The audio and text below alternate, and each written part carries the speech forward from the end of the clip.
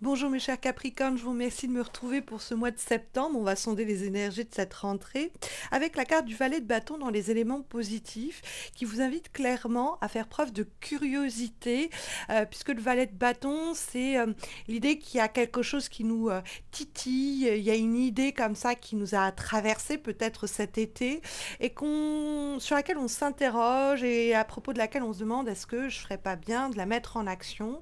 Il y a peut-être même une envie, un désir comme ça, une étincelle qui demande à grandir, à croître, à prendre de l'ampleur. Ça peut être votre intérêt pour un nouveau poste, pour un nouveau projet ou pour une nouvelle personne, puisque le valet de bâton peut nous parler de quelqu'un, un signe éventuellement de feu, lion, bélier, sagittaire.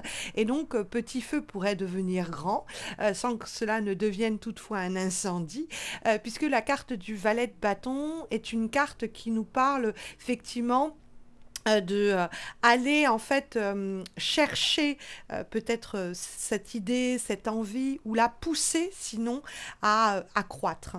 Le valet de bâton, c'est pour ça qu'on nous dit avec cette carte souvent votre curiosité doit vous amener vers de nouveaux projets, de nouveaux élans, de nouvelles rencontres. Il ne faut pas bouder son plaisir, il faut oser s'aventurer peut-être dans des voies nouvelles, suivre cet instinct, ce désir, cette adrénaline qui vient émerger en septembre ou avec laquelle vous entrez déjà au cours de ce mois de septembre. Parce que on va trouver le 4 de denier en guise de vibration.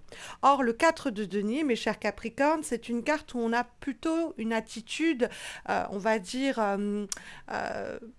on s'accroche à ses habitudes, conservatrices au fond. Parce que la carte du 4 de denier, c'est je sais ce que j'ai, donc je préfère conserver ce que j'ai, je m'y accroche, je ne tente pas ma chance, mieux vaut un tien que deux tu l'auras. Hein, il y a une attitude un petit peu comme ça chez le 4 de denier, où on ne va pas challenger, mettre au défi une situation ou soi-même se mettre au défi, parce qu'on se dit finalement je suis bien dans mon assise, je suis bien dans mes repères, je suis bien dans mes petites habitudes, je ne vais pas sortir de ma zone de confort. Or, quand on voit le valet de bâton, il y a peut-être quand même quelque chose à gagner, à ajouter un petit peu d'intensité dans notre quotidien, à ne pas s'enliser dans quelque chose de trop monotone ou routinier. Il y a l'idée de peps avec le valet de bâton qui s'est un petit peu fait la malle dans le cadre du 4 de denier. Le 4 de denier, c'est je suis habitué à mon cadre de vie, à mon boulot, à ma relation, et je ne cherche pas à secouer tout cela parce que je me dis j'ai plus à perdre qu'à gagner, parce que justement ça fait peur que de mettre de son point de vue en péril ou en danger une stabilité qui a été assise, et que du coup on préfère rester dans ses retranchements ou en tout cas pas prendre de risques. On considère cela inutile. Et bien pourtant, quand on voit le mât avec laquelle cette carte du 4 de denier discute, on nous pousse à nous jeter à l'eau. Puisque la carte du valet de bâton, elle nous dit, tiens, il y a quelque chose qui nous titille, il y a une envie, il y a une adrénaline qu'il faut suivre, qu'il faut en tout cas nourrir. Hein. C'est vraiment comme un petit feu qu'on va nourrir pour qu'il grandisse.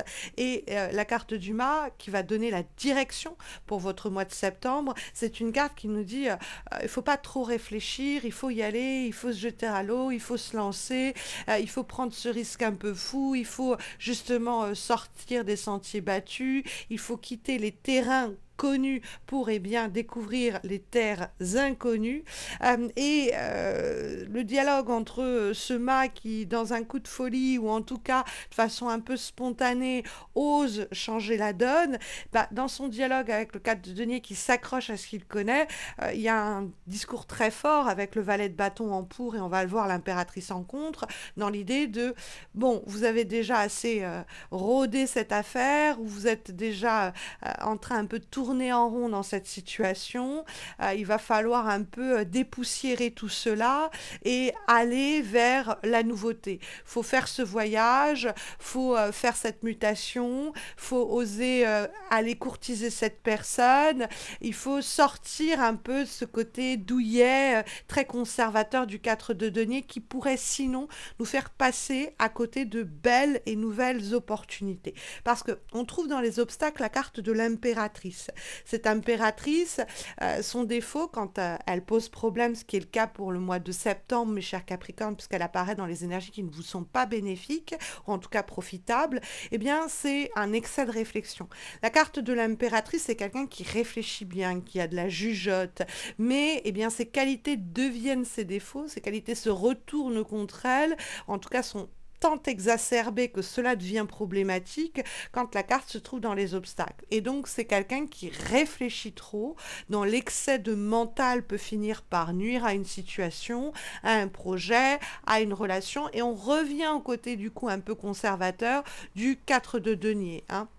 Donc on a d'un côté comme ça ces cartes-là où parce qu'on réfléchit trop, parce qu'on préfère rester un peu sur la réserve, eh bien il y a un problème qui peut surgir. Et les deux autres cartes du valet de bâton et du mât qui vont quant à elles nous dire bah, il y a pourtant une nouvelle voie, une nouvelle situation, relation, projet qui mériterait bien ce petit coup de folie ou en tout cas de ne pas trop s'enliser dans un excès de réflexion qui nous tétaniserait et nous empêcherait du coup de nous jeter à l'eau. Alors évidemment, l'impératrice peut représenter quelqu'un. Ça peut être une femme qui pose problème parce qu'elle vous conseille mal ou qu'elle vous travaille trop le cerveau en vous disant ah, fais gaffe, tu vas risquer de perdre ça.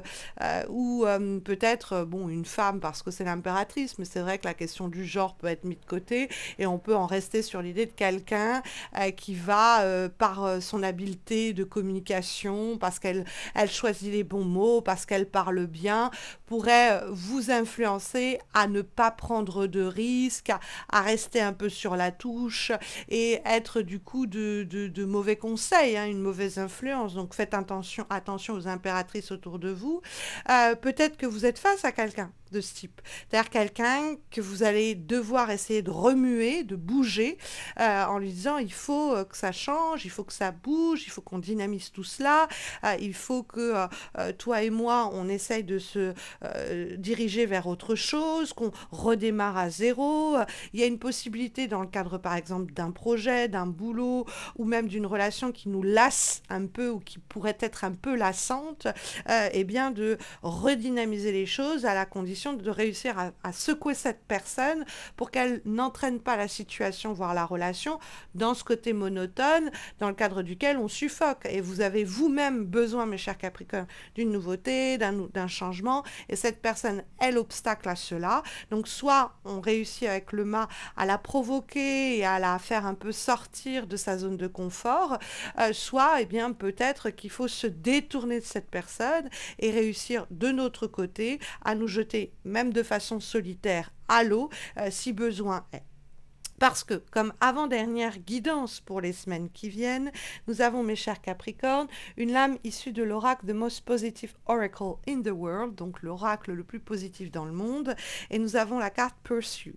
Et donc, c'est chacun de nos rêves peut devenir réalité, mais simplement si nous avons le courage de poursuivre ses rêves, c'est-à-dire de les atteindre.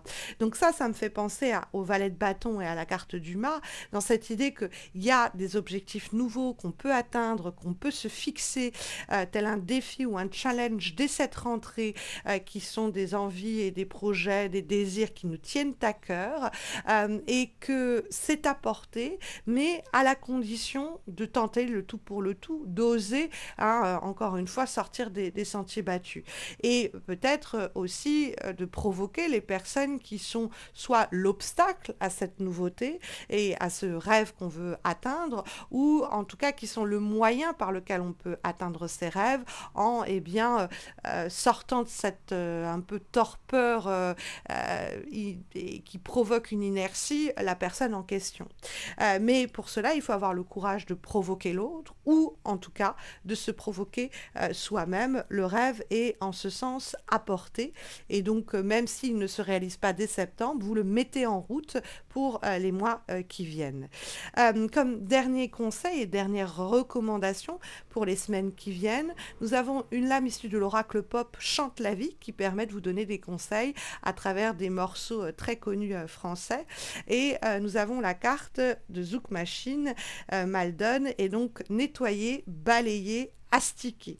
Donc il y a cette idée quand je l'ai lu, moi, cette carte, je me suis dit, tiens, il y a vraiment l'idée un peu de purger ce mois de septembre des énergies anciennes qui nous tiennent un peu figés dans une situation donnée et de nettoyer les énergies passées, balayer les doutes et astiquer, c'est-à-dire faire la place nette, la place neuve pour quelque chose de nouveau. Parce que quand on nettoie, qu'on balaye, il y a cette idée qu'on fait de la place pour du neuf, qu'on fait de la place pour du propre, qu'on fait de la place pour autre chose en fait. Et donc il y a peut-être le besoin de balayer devant sa porte, c'est-à-dire qu'avant de tout de suite chercher qui c'est qu'on doit secouer, on va peut-être se secouer les puces soi-même. Et puis ensuite, cette idée de purger une situation, une relation, un projet de ce qui...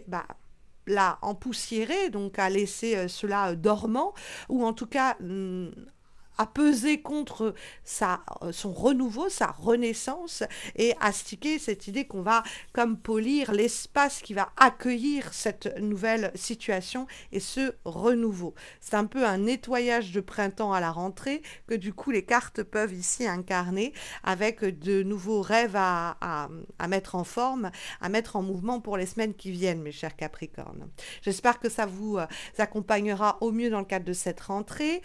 Vous le savez peut-être, mais je suis en congé maternité. À l'heure à laquelle je vous parle, je n'ai pas encore accouché, mais cela ne devrait vraiment plus tarder, à quelques jours près. Et donc, je suis néanmoins à vos côtés. Vous aurez les horoscopes fin septembre pour octobre, comme à l'accoutumée.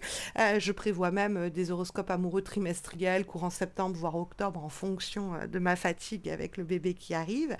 Mais n'hésitez pas à laisser un petit commentaire, à liker la vidéo, à vous abonner si vous ne l'avez pas encore fait, parce que vous imaginez bien que je suis crevée et que faire ces vidéos, c'est vraiment une preuve d'amour et que le moindre de vos retours, eh bien, me motive. C'est gratifiant que de vous lire.